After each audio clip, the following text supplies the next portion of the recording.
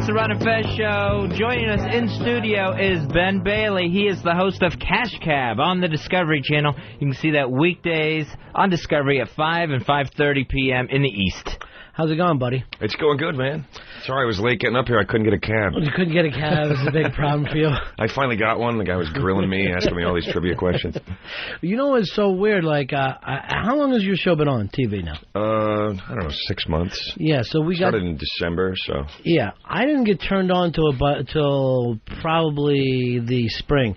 And after that, Fez and I have been looking for that fucking Cash Cab every single day. It is the most... well, we were out there for a while. Yeah. We're actually not out there right now. What do you do? You shoot for a while? You go off for a while? How do you do it? We shoot for, I think 8 weeks. It takes us 8 weeks to do... a full run of episodes, and then we're off and wait and hope that they want to do more of them. You never know at any time, huh? Yeah, I'm just waiting. Like, okay, another 5 months of not hearing shit from Discovery Channel. Like, are we going to do this fucking thing again Am I supposed to book gigs, or am I supposed to wait? That turns out to be the best move. Yeah. This last time I booked a whole tour in England, around the UK, and then like 3 days later they were like, "We're picked up." I'll just reschedule another tour of England, and they'll call me and go, "You can't do it." Now, had you worked England before? That's gonna be. Is it a whole different scene to try to? It is work with those kind of. folks? Do you mean to try to get into? Or yeah, I mean, well, A, get into it, and B, so that you are connecting with them, because, so much comedy, it's shared history. Yeah, that's the thing. I'm kind of lucky in a way that my material just seemed to click over there. Mm-hmm. A lot of guys do stuff, if you got a lot of pop culture references and a lot of crap like that, then it's maybe not gonna fly. But I got lucky, like my material has a lot of wordplay and, little stuff like that, and the Brits like that stuff, I guess. It's weird. Like Hicks was very big in England when he was in the United States, and he was like literally a celebrity when he would go to England, and then he would come back here and end up working Chuckles or whatever. It's always got to be weird for anybody to go from one extreme to the other, and it happens all the time. Particularly, there's some people that way musically, but a lot of comics it just doesn't transfer. Like probably Jay Leno probably could go to certain parts of Europe and nobody would know who he was or not get the act at all. Yeah, I don't know. It's weird. I couldn't tell you exactly what it is. But for some reason, it just worked for me and over there. In fact, better than here. The crowds. I actually thought about moving over there the first time I went over because the crowds were just going crazy. Just start driving a British cab. It's happened the same way with Australia, too. Some people go to Australia, hit a TV show there, American comics, be way bigger over there. And in bands, of course, the same thing happens, too. Bands will be big in Japan and have no idea why some songs pop. Yeah. You get off the plane in Japan and people just go crazy. And you come back to your home country and people are like... Nobody will help you find your fucking bag. You're like, I don't know. I don't get it. Get out of the way, buddy. I was just at Tokyo International and they loved me. No, why would you have that voice when you got by? Why would you suddenly... I'm that upset about the treatment in the States. I just thought once you got back here, you sounded way nerdier and weirder, and it just, you were confident. You get off the plane in over Japan, there. You're like, hey, everybody. Hello? Good to see you. Get back here. You got this... Why are you people being so mean to me? It's got to be the weirdest thing, though. How did you get this job? You're driving a cab and asking questions of strangers, and nobody knows they're on a game show when they get into the cab, right? You're not at that point yet. No, on this, you mean like recognizing me or knowing the situation? A fair amount of people did the second time around. Oh, the second time around, yeah. Yeah. So I kind of started doing accents and different characters and shit to throw them off, and I'll just kind of face to the left instead of looking at them when they get in. So they get in, and because it dawned on me one day, we're shooting, I got in a cab downtown to go to to get to the cab to start the day, and I'm like, I don't want to say the address because then next season people will flip. Right. We know where they start. We're going to win some fucking money. Let's go. So I got in the cab and I told the guy where I was going, and he was like, his response, like, he didn't turn around. He just kind of went. He didn't really say anything, that I could discern as words, and I thought, fuck. I can do anything when these people get in. They're not gonna be suspicious. Right. They're used to a cab driver saying nothing, saying something completely unintelligible. So I was like, I can fuck with them when they get in. So I was just do an accent or just mumble or. I've heard some Russian-type grunts when people get in your cash cab. What are you doing? What are you going to do? You know how rare it is to even get into a conversation with a cab driver anymore? I think it's happened like once to me in the last couple of years that you really start to go back. Like in like a movie, a real it's conversation where you're both taking part in it. Yeah, normally in a movie, it's like, they're talking politics, going back and forth. It just doesn't happen. You're trying to explain. You've never heard of Broadway. I don't know how they pull it off either, some of these guys. How do you go to another place? You don't speak the language. Yeah, and be able to deal. I went to taxi school. I had to get a hack license after 14 years in stand-up comedy business. I had to go get a hack license. Was that tough? Was it tough to pull off?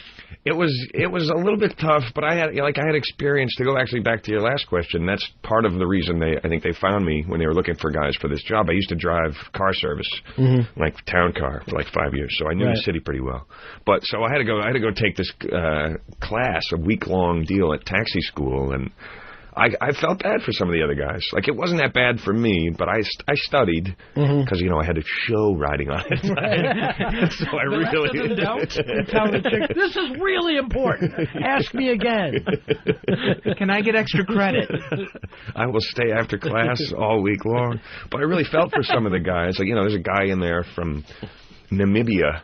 Excuse me? He's like, and he's just like, I don't know how long he's been in the country, but English is obviously his second language, right? If not his third language, and it's like he's got to pass this test if he wants to make money and keep in the game.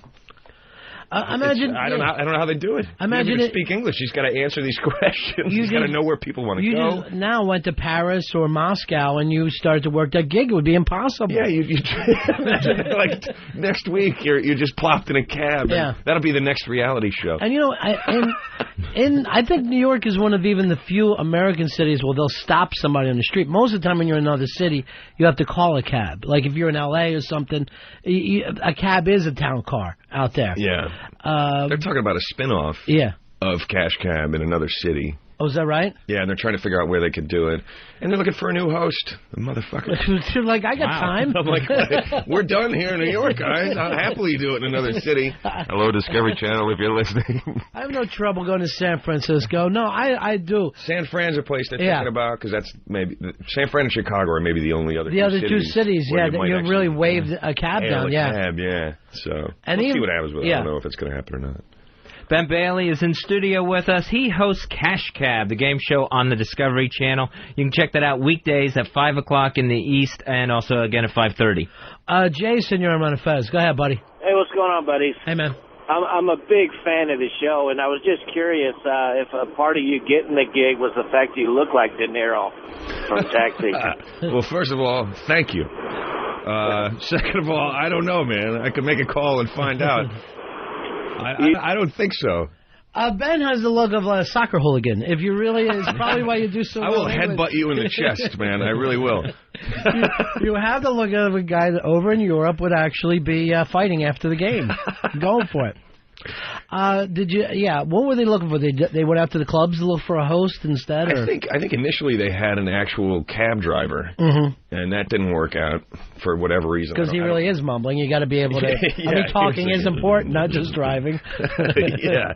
I'm not sure what happened with that. But then they were like, all right, maybe we should get a comedian or somebody, who's professional in that capacity. And then they started auditioning people, and I went in and. First we did it, in just a little room in a casting office. Then we did it at the... You had to pretend you were driving? We were just sitting in a chair against the wall pretending to drive, And then we did that again at the production office. And then it was like, all right, we're taking out the minivan, just a regular minivan, to see if I could walk and chew gum at the same time, Right. So we get all geared up. We got our contestant, our would-be contestant, who's somebody who works at the office, sitting there, and they're like, the executive producer's like, okay, let's go. And I just drive right off the curb. First, right out of the gate. And pull out in the middle of the street. I'm like, can we start again? A lot of people don't get run over on other game shows. Yeah, that's the game. That's the show within a show. How many pedestrians is Ben going to run over today? You know, when I watch the show, I think the more people that are in the cab is where it's funnier, because then people have more of a tendency to scream and jump up and down. Yeah, they get a little more wound up. It's like if one of them gets wound up, then it's a little contagious. Right. And I think they play better. Like they have a better shot of getting, answers in different kinds of categories. Sure. Because everybody's going to know different stuff. Right. And that's cool when they kind of come together as a team. So are you pulling for him, or you don't give a shit? I always wondered about. Depends on who it is. If it's Some an people asshole, get in, you're I'm like, like, please. oh, I hope this fucker loses right away. There was an episode last week where two old ladies were getting in the cash cab and they wanted to go to Tavern on the Green for lunch. And you just knew they weren't going to be able to answer any questions. And there was some glee on your face, 3 strikes, and they were out on the street. Now, you knew that they weren't going to get it just by saying Tavern on the Green? That they were overpaying for that lunch? Yes. Paying $500 for lunch. You just right away, and all right, that's one down, okay? You've already made one huge mistake. Were those the ladies? Were they like? I know they were at night. The ladies I was thinking of. There were these 2 ladies that got in. I hit the button. I said, "You're in the cash cab," and they laughed for like it seemed like 10 minutes of laughter. It was great. I was going to say I definitely was not rooting against them. They were a lot of fun. Here is Matt. Matt, you're on Run Fez. How are you?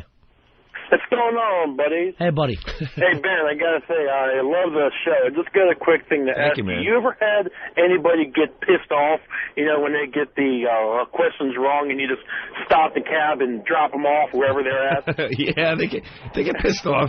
But there's also like a little bit of, I think, embarrassment that somehow just keeps them from really bitching about it. You know what I mean? Like everyone knows they're why like a they're little being put out. ashamed. They're angry, but they're also kind of like, all right, I just want to get the hell out of here and Just get off end camera. this. Yeah.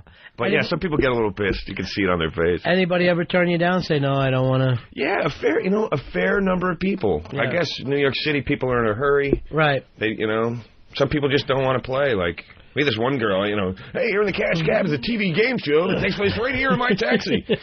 And I'm like, what do you think? And she goes, I think it's lame. And I was like, well, then you can get out. I hit the button again. Wow.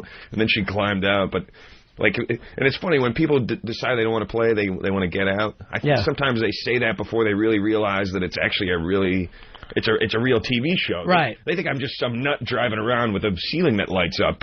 Yeah. They're like, fuck this guy. And then I start doing the rules, and they're like, oh, shit, this might actually be a real thing. In New York, you kind of open up saying no to everything and everybody right off. No, I don't want to sing it. No, I don't want to stop and talk to you.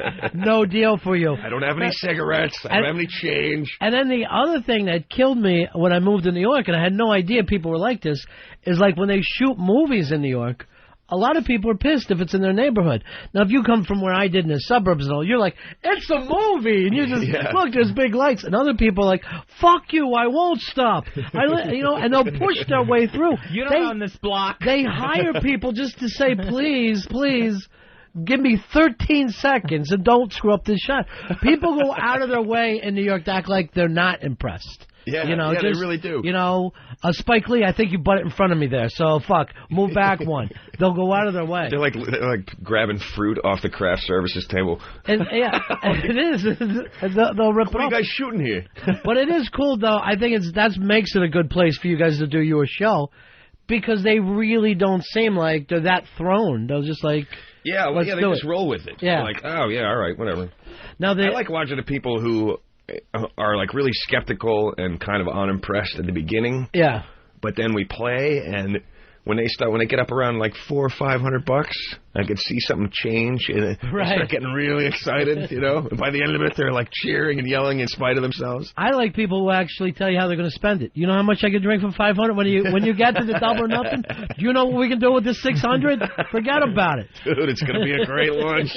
I noticed that whenever you pick up women around Union Square, it's always about shoes. Yeah, the women are always going to get shoes.